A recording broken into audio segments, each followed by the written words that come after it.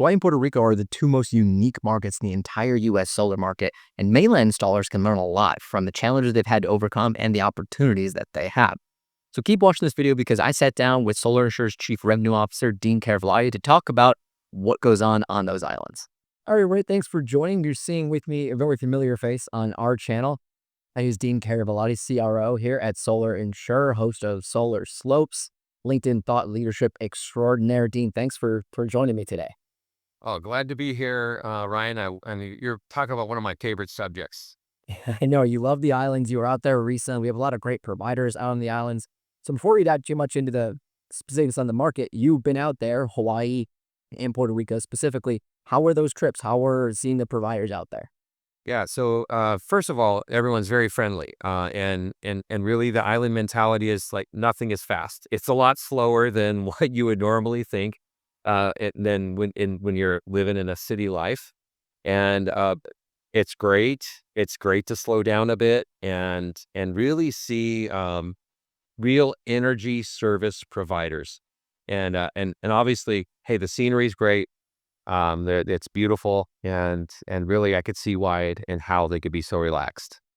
Yeah, right. I'm jealous of that for sure. But you said a great thing, which is a phenomenal segue here, is that it's nice to slow down. But for a lot of these businesses, the solar providers that are on those islands, they haven't really gotten the luxury to slow down. Maybe that's just more regular life. And that's, of course, as anybody viewing this knows, we're going to be talking about those island solar markets and how they're so vastly different. So, for the people who have not gotten the chance to go out there and experience the solar markets in Hawaii and Puerto Rico, can you describe for the viewers what is what are those markets like in the solar? How are they different from what anybody may see in a mainland market? All right, so let's just talk about Hawaii for a minute. It's 90% battery attachment rates, right? So it's really high percentage attachment rates because they have no net metering, and there might be a lot of repowering going on because they're the most mature market that we've seen here. So they've been through it all, like experimentation with batteries, experimentation with solar products. They used to be the place where everyone tried to experiment and start it. They're like early with that, but they're not experimenting anymore. The experiment's over. It's working, it's real, and it really is a great place and a model for the solar industry, whether it's a residential or commercial. And most of their what's really different about Hawaii is they don't have a lot of land, so there's not a lot of ground mounts that are out there. So it's it's the most highly concentrated rooftop solar in the country, right? For us. So think about that. The other thing that I'd like to shift over to Puerto Rico, concrete roofs, right? It's mainly concrete roofs. So that's very different when it comes to solar, and being able to attach solar to that because they've got to withstand hurricanes. So we see a lot of concrete and metal roofing there. That's mainly what is there, and it's basically 100% attachment for batteries, and it is a mature market, but it had to get mature really fast, um, because in 2017 when Hurricane Maria came, uh, there was no power, and they had to really rebuild from scratch, and their unfortunately, their power company is very intermittent and unreliable.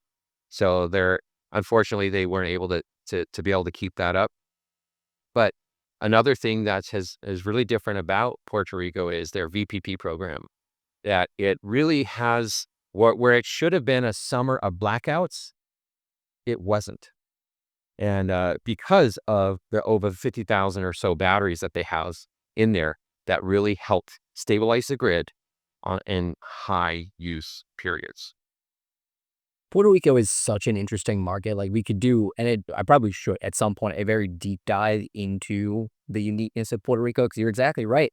Like their grid existed like pretty much any other grid would and had to be completely rebuilt after that hurricane came through. Kind of insane. And so they have big VPP programs. For those who may not know it, and explain how VPP works, especially in that kind of market. Sure, absolutely. So what happens is there's every single time a homeowner gets solar and batteries, it becomes a microgrid. And so they can actually live and have energy based off of their own production if the utility goes down. But when the utility's up, and the utility gives an incentive for the homeowner or business owner to be able to insert these batteries in their home, with the caveat that when there is high usage of power, that they're going to take some of that energy out to help stabilize the grid. So it really helps the whole neighborhood, right? Where they're at. You're helping your community when you join a VPP program. So it's very different. But what and in that the homeowner gets an incentive, which could be up to $1 a watt, watt hour capacity, right? And it's almost getting the battery at no cost. And an incentive like that, other incentives is great, right? So, and so the utility is able to draw power for about 5 to 7 years. Just depends on which program they're on. It's a virtual power. If you're getting paid for that, so you're basically getting your battery for free, and you get to help support everybody around you not going through rolling blackouts, feels like a no-brainer to me. Yeah, yeah, absolutely. So these have really helped stabilize some of the grid, and that grid actually runs off of fossil fuels, right? It's boats have to come over and load and unload oil, right?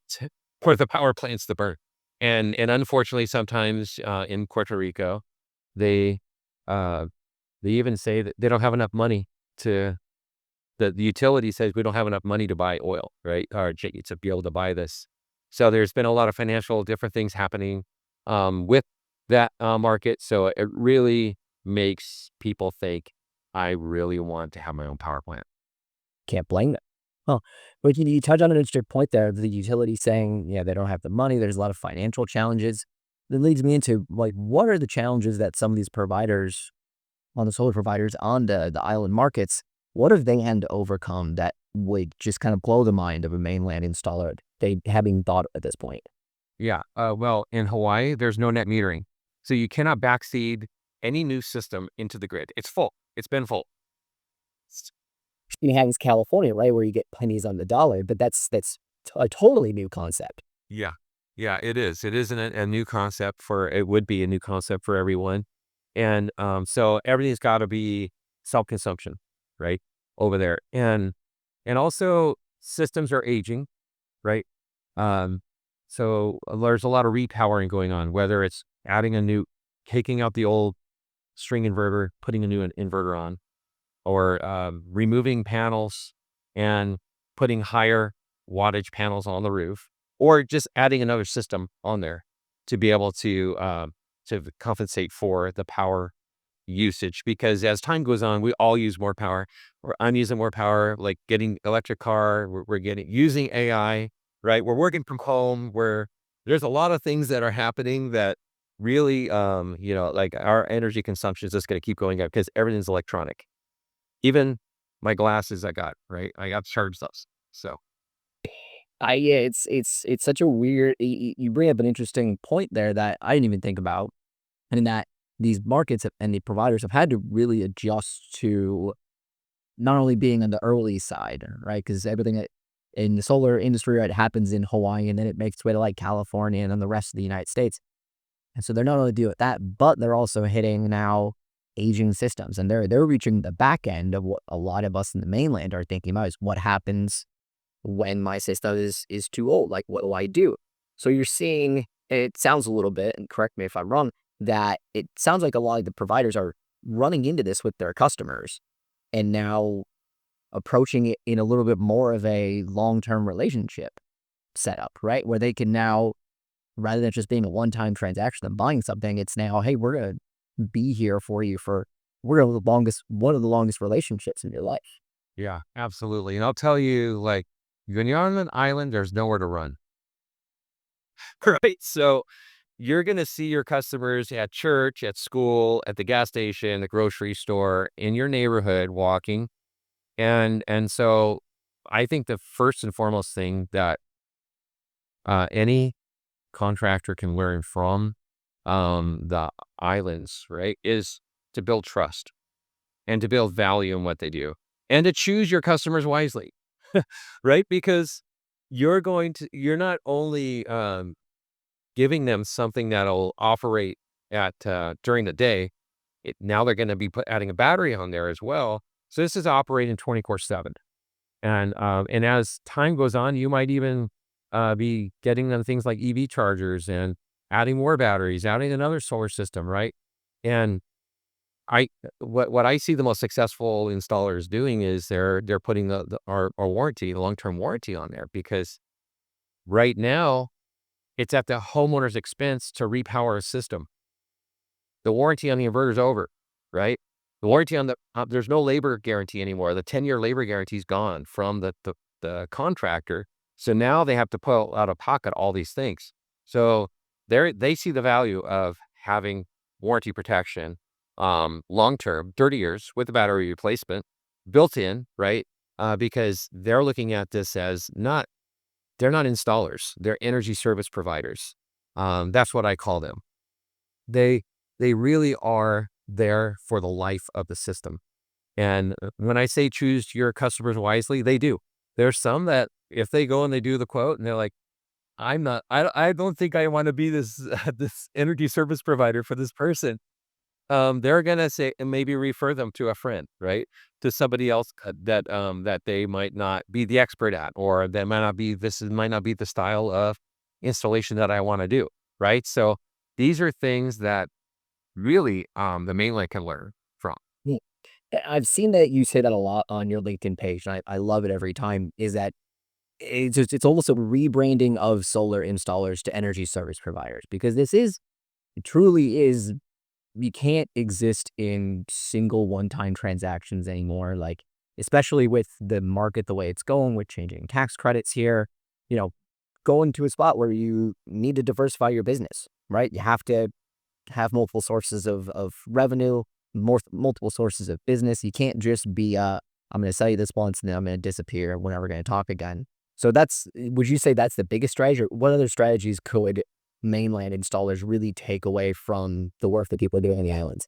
Yeah, so that's one big main thing is really you're in it for life. This is it. When you get a customer, you're in it for life. You're there, deliver on your promises, the warranties, and the services that come with owning solar, and be upfront about it with the homeowner, right? Or the business owner, because really, if they're surprised later, you're going to see them when you're walking at the store, right? So, so really, that's something as we learned. Another thing that I really learned, from the islands is that the relationships that contractors have with their manufacturers and suppliers is uh, second level, not to none level. It's just like really, really tight. Um, they don't experiment with their customers. They really know and get trained and maybe have one main product that they are providing, and that they're experts at it. Mm. Instead of trying to utilize 4 or 5 different manufacturers or 4 or 5 different um, suppliers, just in case maybe one you can't pay one, right? Or that might be the reason why a mainland installer might do that. But like I said, there's nowhere to run. Your reputation is everything. You're building your business on a foundation of trust and value, and you're not chasing volume, right? You're growing at a rate that's sustainable and that is going to help with your reputation and within your operational excellence that you have within your business. So I would say it's pivotal because when you're on an island, and if you operate on multiple islands within that, you have to actually pay shipping in between, right? And it's not cheap. It's not. It's like you have to go by the maritime law and everything, and it's at a fixed rate, and there is no discount on shipping when it comes to things like that. So it's really important to do that. Yeah. Wow. Great takeaways for anybody. And it seems to me like what a lot of we can take around. I know because I've worked for solar providers who try to expand and expand and expand and expand. We want to take all the area, we want to get all the customers. But to co-op something that we here at Solar Insure say a lot is you got to find your fit, and whether that's the right customers, the right products you're working with, the right long-term warranties you're providing, the right area that you're working in, the right customers. That's the way that you can really be sustainable growth over long term. And yeah, everybody wants to explosively grow and be the biggest company in the world. But what you can also do, which the island providers, it sounds like, and your experience have really mastered, is if you're that master, that expert, and you really hold down your market and your area, your reputation is going to precede you, and you can really continue that growth in a way that's going to lead you to be around for a long time and help to service those people for forever, theoretically. Yeah, absolutely. And you're creating a business that somebody may want to buy, right, one day, or that you're passing on to the next generation. And I've seen that in Hawaii where it's second generation solar uh people. And it's amazing to see, and really training the next generation as well. Making sure that that you have a well diversified staff is great, to be able to keep the longevity of your business, and planning not just for next year or this month or this quarter, but for 3, 5, and 10 years out is pivotal to be able to make sure that you're on the trajectory and heading to where you're going. Because that's what they're all thinking about over there. Is it's not just about this quarter or this month. And one other challenge that was really overcome over there in Puerto Rico is that after Hurricane Maria, they were able to not have to do any permitting for solar. And this not only let it make it cheaper to go solar, right? But it it actually helped the red tape. So they declared an energy emergency on the island and said where you don't have to get a permit, install as within, obviously within the National Electric Code and everything, get it installed, and then the utility will grant permission to operate.